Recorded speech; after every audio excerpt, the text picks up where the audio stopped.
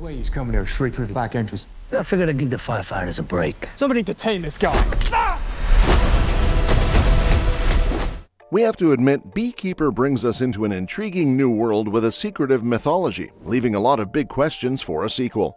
For example, where did Adam Clay disappear to at the end? Why did he retire from the Beekeepers? And something you might be curious about, is honey really as flammable as the movie shows? Let's explore these questions and everything we know about the upcoming movie.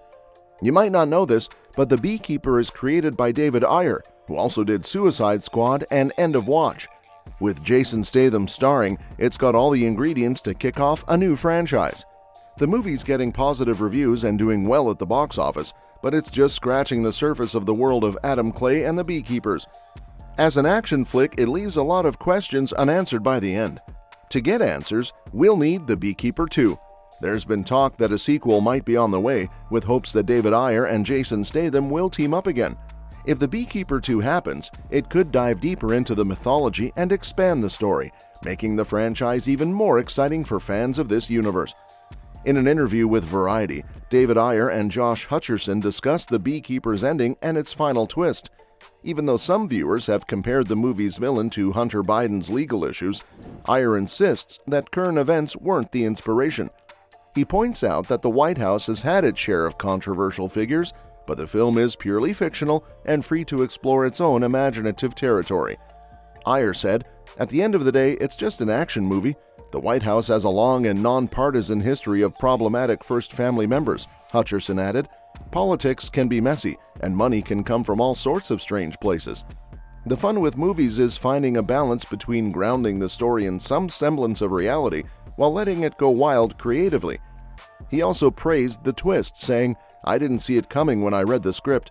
It gave me a lot of insight into Derek's character, especially knowing what it means about his life."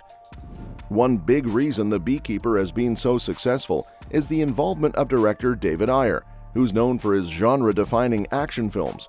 For a sequel to work, Ayer would need to be involved in some way, and he's definitely interested. Before the movie became a hit, Ayer mentioned, "We cracked the door a little bit into the Beekeeper world, and I would love to learn more about them." Although Ayer didn't write the screenplay, action veteran Kurt Wimmer did. Ayer's curiosity about the world of the Beekeepers likely mirrors the audience's interest. With many ideas floating around about a sequel, Ayer's comments hint that The Beekeeper 2 could definitely happen and potentially be another success. As Ayer put it, "It's just an amazing mythology. There's so much room to explore."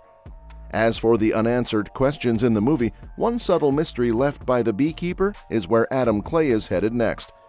After taking down Derek, played by Josh Hutcherson, and escaping from the Danforth residence, Clay is last seen putting on diving gear and disappearing into the ocean. With his main goal seemingly accomplished, it's unclear what his next move is after the credits roll. If there's a Beekeeper 2, it would likely dive into Clay's next steps. We could see him either setting up a new life off the grid or going after a new target. The sequel would hopefully address these questions and continue to explore Clay's journey. A major mystery left by The Beekeeper is why Adam Clay retired in the first place. The film revolves around his return to the secretive world of the Beekeepers, showcasing his skills and the fear he commands in this realm. However, it doesn't explain why he initially stepped away from this life.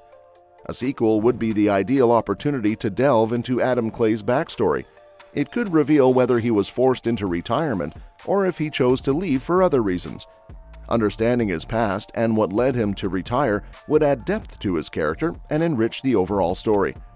One potentially important unanswered question in The Beekeeper is whether there are any other Beekeeper agents left.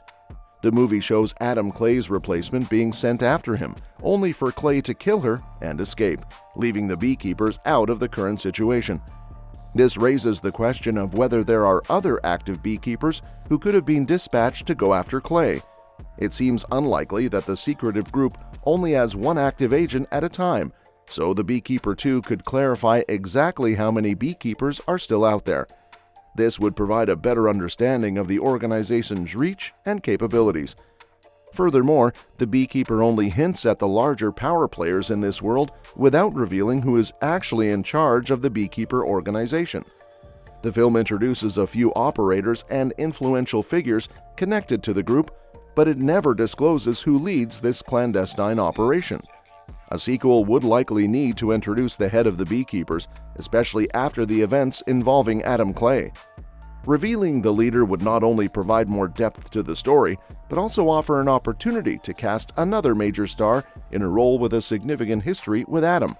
This would enhance the series and add more intrigue to the ongoing narrative. Given that the Beekeeper 2 is likely to feature a larger presence from the Beekeeper organization, it could address how they respond to Adam Clay's recent actions. Although the group initially stays out of the situation after Clay kills the female Beekeeper agent, this doesn't mean they won't be affected by his actions. A former agent killing the president's son and bringing more attention to the organization could lead the Beekeepers to turn on one of their own. This could add a new layer of conflict and intrigue to the sequel. That said, not everything in The Beekeeper makes sense. For instance, is honey really as flammable as shown in the movie? The memorable line from Detective Louis Baba Oyajide, "It's flammable as fuck, who knew?" highlights a scene where Clay sets someone on fire using honey, as if it were gasoline. This led some viewers to wonder if honey is truly that flammable. Slash Films' Hannah Shaw Williams and Ryan Scott tested this claim by trying to burn different types of honey: British Co-op clear honey, homemade American honey, and Good and Gather organic honey. None of these caught fire, even with a flame directly on them. While some sources, like the Scottish Bee Company, say pure honey is flammable, the National Honey Board debunks this. According to them, honey's ability to catch fire is more about its moisture content than its purity. Pure honey simply means it doesn't have additives like corn syrup.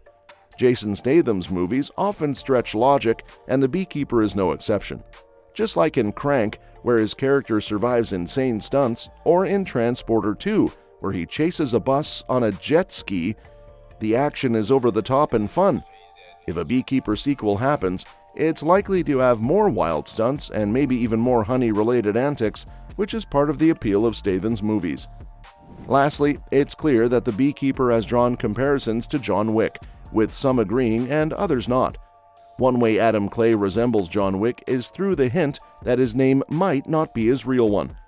In the film, when asked if Adam Clay is his name, Statham's character replies that it's just his current identity. This suggests that Adam Clay is an alias rather than his birth name.